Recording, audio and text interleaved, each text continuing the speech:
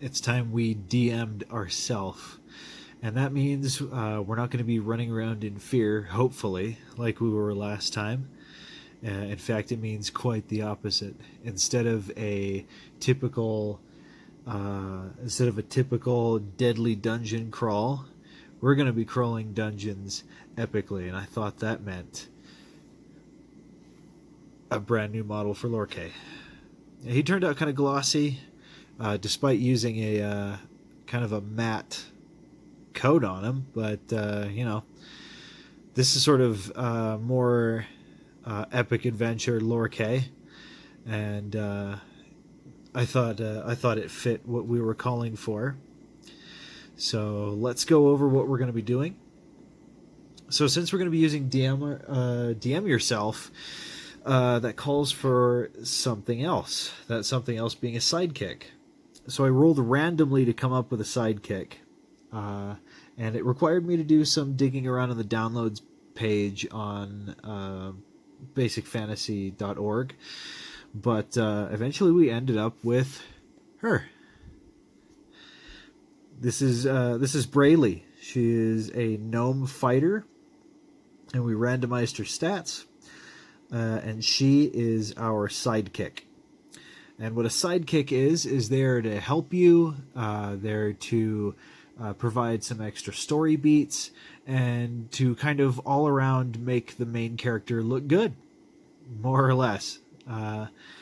So it's going to be Lorkay and Brayley, and they're going to be doing some adventures in the Castle by the Sea adventure book.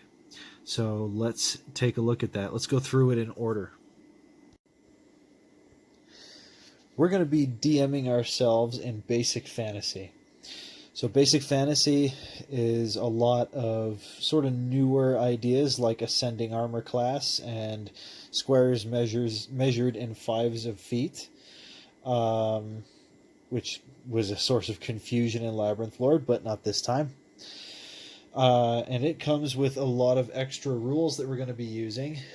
Most notably, Lorkay is, yet again, a Necromancer class. So Kevin Smoot and Mike West, they wrote this class. Very, very cool stuff. Highly recommend you try it out. It's just kind of a specialized magic user. Comes with some new equipment. Comes with a bunch of new spells. Just really neat. And then we're also going to be drawing from DM Yourself, which has something else that's familiar. It has our oracles in it. Remember that? So we get to keep using our card. Okay, so I'm going to bring out Lorkay's character sheet just to show you some more of the extra rules we're using. We're also going to be using the tiny skill companion and background skills, or secondary skills. So what this means is this is going to take a mechanic that's near the back of the book, and it's going to put a skill system to it. He's a human, so he starts with an advanced skill and a slightly lower skill. So he's got Herbalist and Alchemist, and he's got a +8 in Herbalist, +5 in Alchemist. And what you do here is you roll a d20 against the secondary skill roll, that's the mechanic from this book. Can't remember what it is, but he's got to roll higher than a 16 to succeed. And this mechanic that I'm talking about is basically there to cover anything that's not expressly talked about in the rules. So you just kind of beat that DC, and you'll accomplish what you're trying to do. You would add relevant modifiers as well. For Lorkay, I've more or less copied over his stats from Labyrinth Lord, so he's a reasonably good character. That strength is going to hurt us a little bit, but that's all right. So another thing that I'm using is I'm going to be using the Arcane Bolt rule from I think it's called the Magic User Options. Essentially what this is it's like a cantrip that does D3 damage. He's using variant number 2, which means the opponent or his target has to save versus spells, and if he fails, he takes D3 damage. In this case, I flavored it into an ability called the Caress of the Grave. So within 30 feet, he can do sort of a deathly incantation, and they have to resist his necromantic spell or take D3 damage. Other than that, he has a spell book. Automatically, he gets read magic and one other, but I decided that he should get bonus spells equal to his intelligence modifier. His intelligence modifier is 2, so he get 2 bonus spells. So for his beginning spells, I took read and detect magic, and then from his necromancer spell list, I gave him locate corpse and corpse servant. Corpse servant is like a really weak animate dead that will temporarily bring something back to life for, I think it's like an hour per level or something like that. I'm starting them both at level 2 as recommended by DM yourself. So, I should probably show you Brayley's sheet. Brayley gets a 3x5 card because it was easier to. I don't know why I didn't put Lore K stuff on a 3x5 card, to be honest. It's easier this way. But her stats rolled randomly. It's reasonable considering she has no negative modifiers. Her only +1 is in wisdom, but her strength, unfortunately, is kind of. It's mediocre. It's not bad. Her main strengths come from just kind of being a gnome. So, like, she has a 10% chance to just find hidden doors. She has dark vision of 30 feet. That's 6 squares. She's got a dexterity of 12. I mean, that's not that great. It's mediocre. No modifiers. Constitution of 9 would have been really rough if there were any modifiers. And charisma 10, pretty normal. But she has only a -2 penalty versus invisible opponents. Most other people get -4 fighting invisible opponents. And she has +1 armor class versus anything bigger than a human. She's going to be hitting at a +2. Lore K would be hitting at a +1, but he has a -1 strength, so he actually gets no bonus for melee attacks. She is bopping around in leathers and a shield. That's to preserve her speed. Gnomes tend to get kind of slow because they got short legs. So she hopes to mitigate that by kitting herself out in lighter stuff. She wields a mace and a crossbow. And her skills are Merchant +13 because I said that she would get spells as a dwarf, or skills as a dwarf, because gnomes and dwarves are very similar, so I figured their skills would work similarly in that regard. So she gets like a master skill and then an advanced skill. So she has Merchant +13 and Weaponsmith +5, and those were rolled randomly. I chose Lore K's. So it looks like before heading out on an adventure, I don't know how she met Lore K, but she must have been some kind of smith apprentice, or she made weapons and then she was very good at selling them.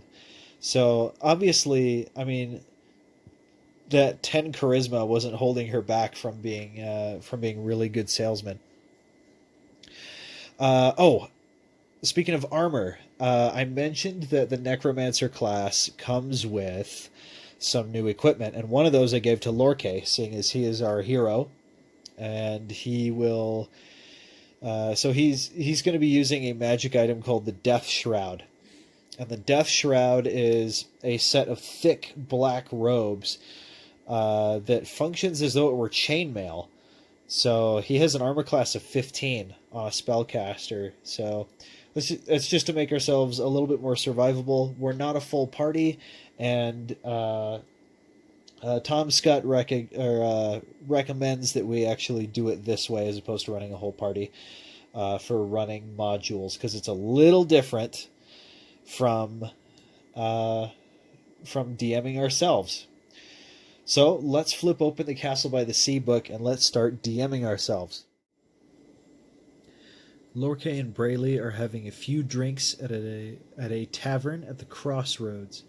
This tavern is called the Merry Imp, and is at a crossroads village called Penwell. Suddenly the adventurers are approached by this man you see here on the left in green robes. This guy is Elder Bosworth. It says he's the leader of the town. And he tells us, "I'm so very happy to meet you all. I'm told you're experienced monster hunters, is that right? Good, good. If you're available, friends, our village could really use your help. Indeed, our village and several of our neighbors. Strange things are afoot. Have you heard? No? Well, let me tell you about it." It all started about 2 weeks ago. Freeman Nicholas, caretaker of the lands of our church, was awakened in the night by something clattering around in his house. He was horrified to discover that he could not move, and neither could his wife. While they laid there helpless, they heard one of their children cry out and then fall silent. It was a long time before either of them could move, but of course, as soon as they could, they jumped up and looked around for their children, Peter and Agnes, but they were gone. He searched the fields and the woods, Nicholas did, and several other farmers helped him, but they couldn't find the children. The very next night, another farmer and his wife awoke, but couldn't move, and had to listen as someone or something clattered and banged around in the dark. They're older folks, with no little ones in the house. But when they could finally move, they discovered that 2 buckets, a loaf of bread, a few pounds of salt pork, and a sack of dried fruit had been taken by the intruder. Then the desecrations began. 4 small, mostly forgotten burial grounds in the forest were found dug up by hunters passing by, and then our own graveyard was desecrated just 2 nights ago. A mournful-sounding horn was heard blowing that night, which led us there, and some say that horn has been heard in the forest as well. Before sunrise this morning, a farmer and his wife, bringing a cartload of produce to town, were attacked by the dead, walking skeletons. The farmer told his wife to run while he held them at bay, but she only ran just into the trees. She saw them kill her husband and their workhorse. Then each of the skeletons, she said there were 6 of them, took up a sack of vegetables and walked off into the forest. They made no attempt to pursue the woman, and so, when she found her husband beyond help, she walked to the village. The only good news, my friends, is that she told me which way they went. Down the trail toward the old castle by the sea. It's been abandoned for years, but some folks say it's haunted, and a woodsman is reported seeing a light in the upper window recently.